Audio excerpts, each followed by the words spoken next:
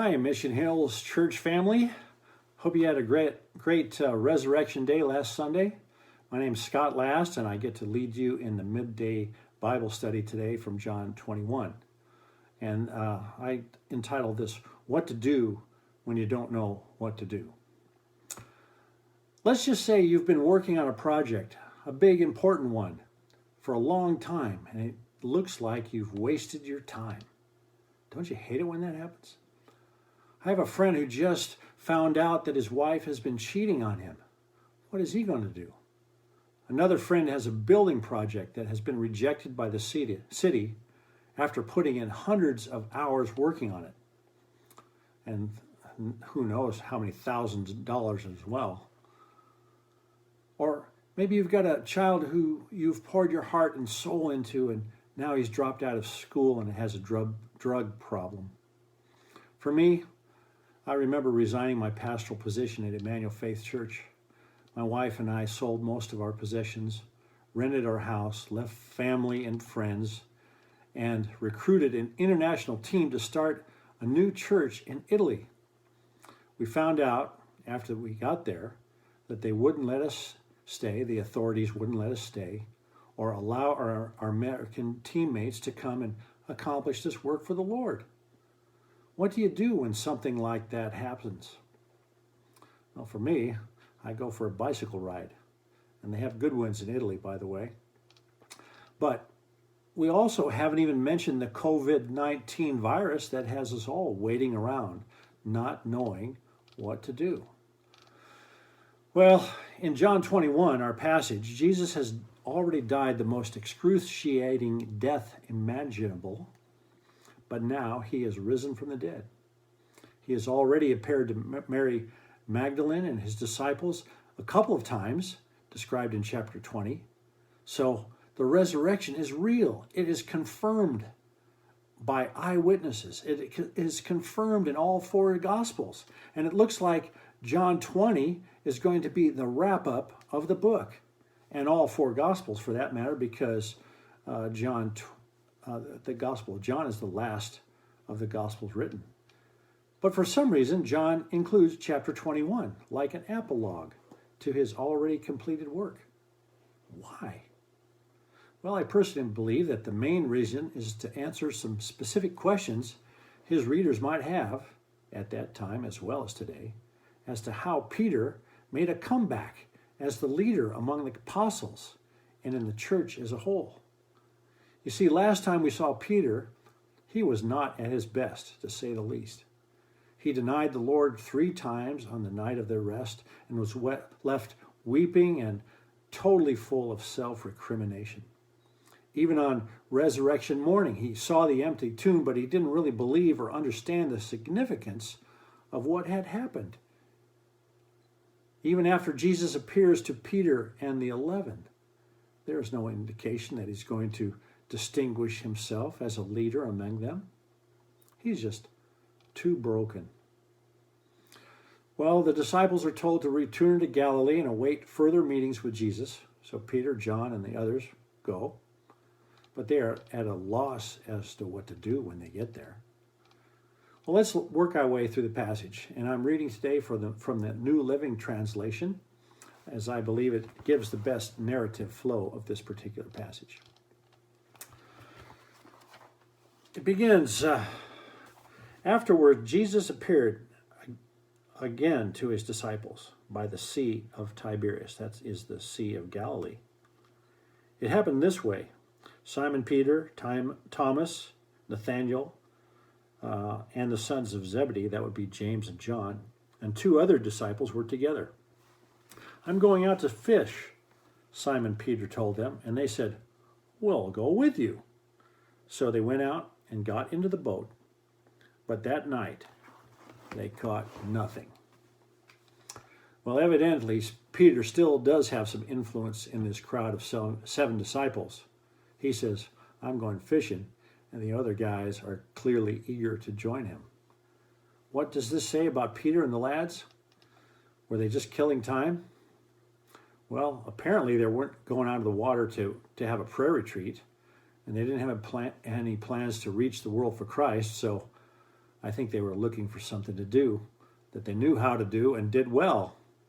And at that time, they didn't play basketball or ride bicycles, but just as men have done together for thousands of years, when there was nothing better to do, they went fishing. But it wasn't any fun. It was a long night of nothing. They can't even fish well anymore. Well, let's keep going. Early in the morning, Jesus stood on the shore, but the disciples did not realize that it was Jesus. He called out to them, "Friends, haven't you any fish?" "No," they answered. He said, "Throw your net on the right side of the boat, and you will find some." Hasn't that happened before? We saw that about 3 years ago, the same kind of advice given from Jesus on the shore. Did that prick something in their minds? I don't know. But it says they did it, and when they did, they were unable to haul in the net because of the large number of fish. Wow. Then the disciple whom Jesus loved, that would be John, said to Peter, "It is the Lord." And as soon as Simon Peter heard John say, "It is the Lord," he wrapped his outer garment around him, for he had taken it off to work, and jumped into the water. And the other disciples followed in the boat, towing the net full of fish, for they were not far from shore, only about 100 yards. And when they landed, they saw a fire of burning coals, and there were fish on it, and some bread as well. Jesus said to them, "Bring some of the fish you have just caught." Simon Peter climbed aboard, dragged the net ashore, and it was full of large fish, 153 to be exact. But even with so many, the net was not torn. Jesus said to them, "Come and have breakfast." It's one of my favorite passages in the Bible. I've had breakfast with men a bunch of times on the beach or in restaurants and different places where we were studying the teaching of Jesus, and it was always wonderful. But that's another story. "Come and have breakfast," he says. None of his disciples dared ask him, "Who are you?" They knew it was the Lord. How did they know that? Well, Jesus looked somehow different, I think, but maybe they recognized him by the holes that he had in his hands. Jesus came and took the bread and gave it to them and did the same with the fish. And this was now the third time Jesus had appeared to his disciples after he had raised from the dead. This section is kind of fun. John is the first to recognize Jesus. And was it because the sun was higher in the sky and he could make out the familiar characteristics of his best friend? Or was it because of the repeat miracle of the fish that had happened before, like we mentioned in Luke 5? Either way, leave it to John to make the observation and Peter to jump in the water and swim to shore. Talk about bringing back some good memories. It's vintage Jesus, vintage Peter. 153 large fish, they counted them. Breakfast on the beach, what a way to start a new day. But after breakfast, the next part of this passage reminds me of a trip to the principal's office. I wonder if Peter had been anticipating this conversation at some point. After all, he could have not forgotten what he had done the night of Jesus' arrest. Did Jesus forgive and forget? Well, it's time for Jesus and Peter to take a little walk together down the beach. Let's see what happens there. When they had finished eating, Jesus said to Simon Peter, "Simon, son of John, do you truly love me more than these?" These what? These fish? These nets? These guys? Well, whatever. Peter answers, "Yes, Lord, you know that I love you." And then Jesus said, "Feed my lambs." Again, Jesus says, "Simon, son of John, do you truly love me?" We're getting this full name thing.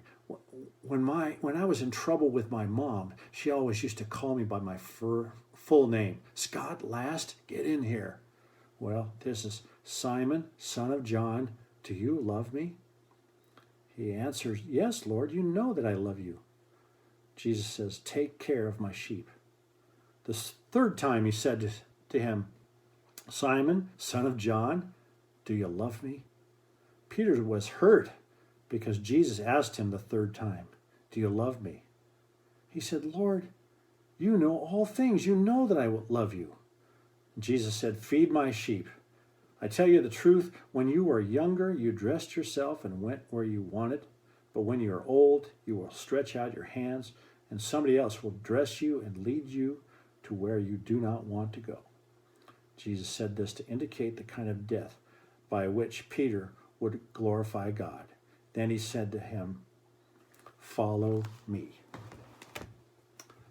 Well, in this little talk, Peter is given 3 chances to affirm his love for Jesus, and it's painfully clear, especially by the third question, that it was meant to call attention to the 3 public denials he made concerning Jesus such a short time ago.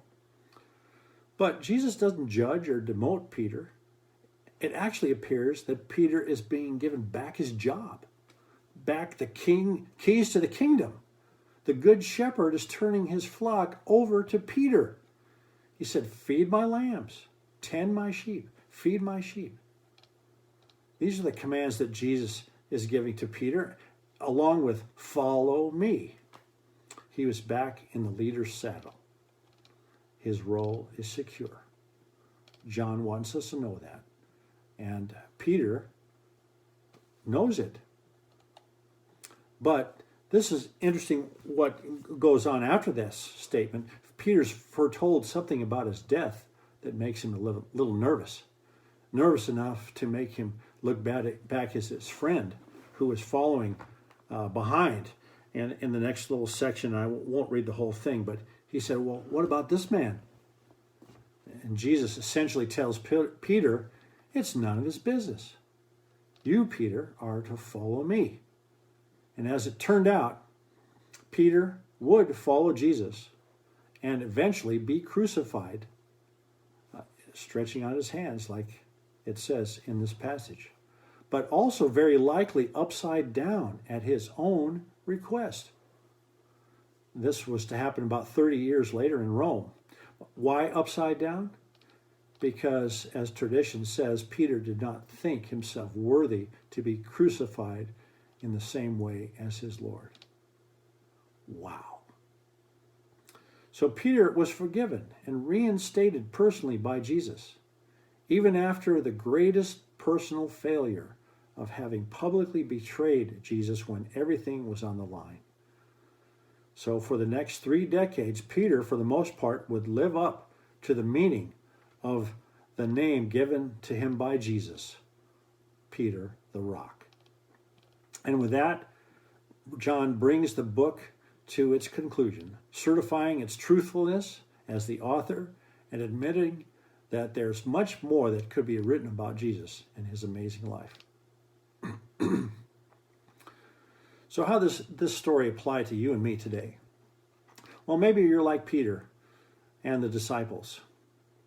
We all are in a way. We're stuck in a hard place with this virus, and many of us don't know what to do next. Well, I can tell you what not to do. Don't get angry with God and do something to punish him. That never works. By definition, you can't punish God anyway. The second thing is not to act out in such a way that you punish yourself. That's really God's job. And if you are a believer, he's not going to do it to you. Your punishment is already paid by Christ through his death and resurrection, as we just celebrated last weekend. So here's my advice from the example of Peter and the disciples in this passage. And I guess we're not supposed to go fishing because of social distancing, but we can take a bike ride or a hike or any number of constructive activities with appropriate social distancing in mind, and wearing masks and whatnot. But whatever you do, wait for Jesus to show up. It may be a long night. You may catch nothing for a while. But remember that the Lord is your shepherd, and just like Peter, he wants to restore your soul. Jesus will show up. Just wait for him. God bless, and we'll see you soon.